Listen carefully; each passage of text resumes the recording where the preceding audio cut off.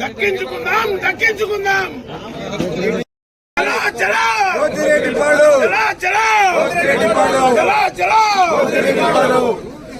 చలో చలో చలో చలో చలో దక్కించుకుందాం దక్కించుకుందాం సమస్యలు దక్కించుకుందాం నీళ్ళను మనమే దక్కించుకుందాం దక్కించుకుందాం నీళ్ళను మనమే దక్కించుకుందాం దక్కించుకుందాం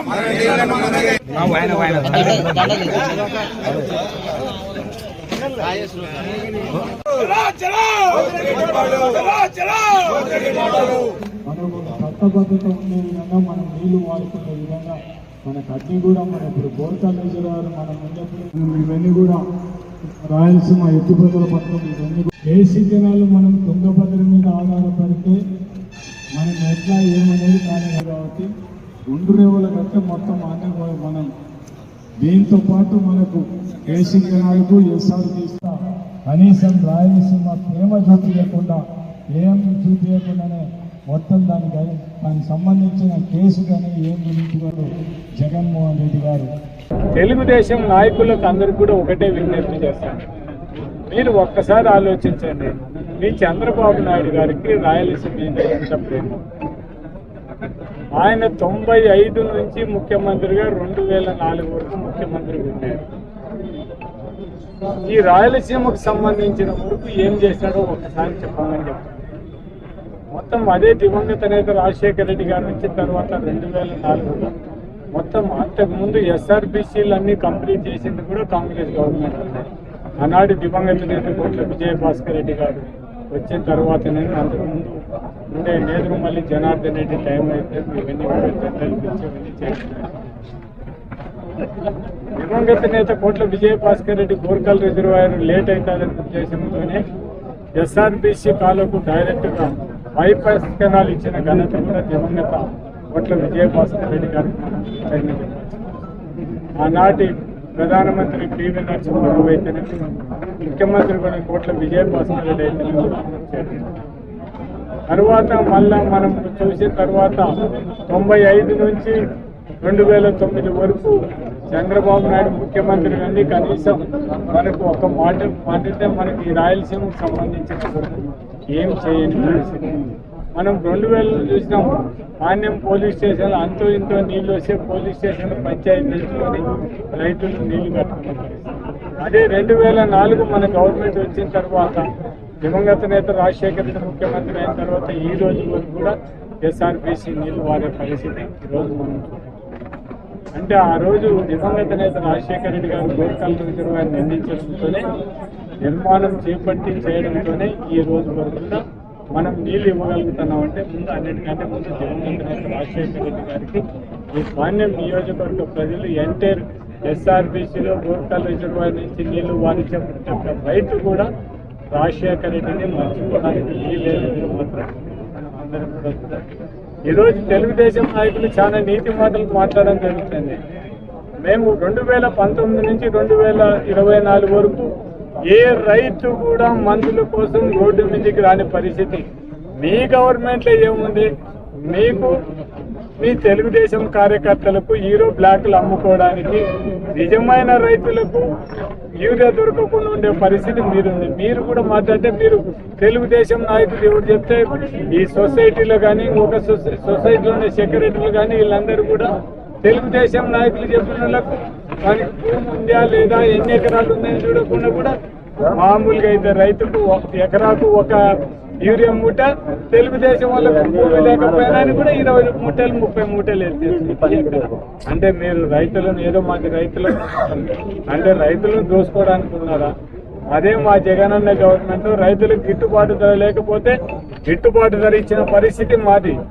రైతు ఓపెన్ మార్కెట్లో రేట్ లేకపోతే ప్రభుత్వం నుంచి కొని మేము రైతులకు మొత్తం వాళ్ళకందరికీ కూడా డబ్బులు ఇచ్చిన పరిస్థితి.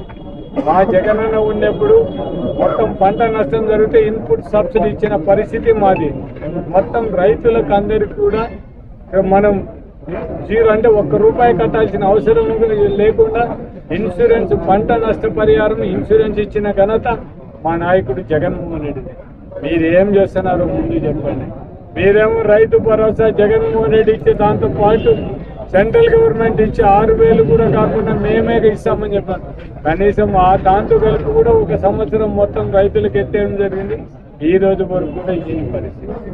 అదే అక్క చెల్లెలకు మీరందరూ ఇంటికి 18 ఏళ్ళు ఉండే వాళ్ళకు నేను 15,000 ఇస్తానని చెప్పి మొత్తం జగనన్న ఇచ్చే వైఎస్ఆర్ ఆసరా వైఎస్ఆర్ చేయుత 0 ఒకటి మీరు మొత్తం ఎత్తేసారు.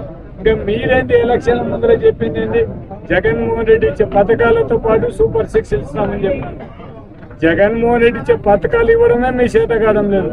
ఇంకా సూపర్ 6 మేము ఏమి ఇస్తారు? మీరు లాస్ట్ మీ అచ్చెన్నాయుడే చెప్పడం జరిగింది.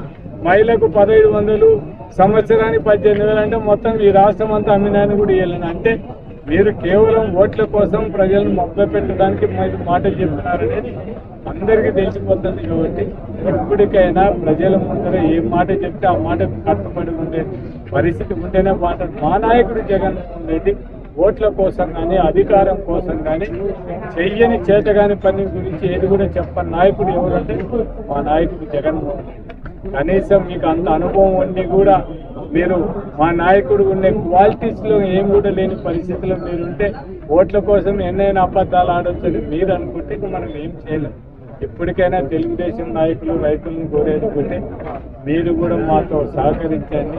పోతిరెడ్డి పథకం రాయలసీమ ఎత్తిపోతల పథకం కింద లేకపోతే మాత్రం మనం రాయలసీమలో మనం ఒక చుక్క నీళ్లు కూడా పారించుకోలేము. మీరు ఇక్కడ ఉండే తెలుగుదేశం నాయకులు కూడా తెచ్చుకోవాల్సింది ఒకటే, తెలంగాణ ప్రభుత్వం నెట్టెంపాడు కానీ కలవకుర్తి కానీ దండి కానీ ఇవన్నీ ప్రాజెక్టులు వాళ్ళు 800 అడుగులకు ఉంటే నీళ్లు తీసుకుంటే మనకు 841 పైన ఉంటేనే నీళ్లు వచ్చే పరిస్థితి. అటువంటి పరిస్థితుల్లో మన కింద డౌన్ అయితే మనకు నీళ్ళు ఏ విధంగా వస్తాయి?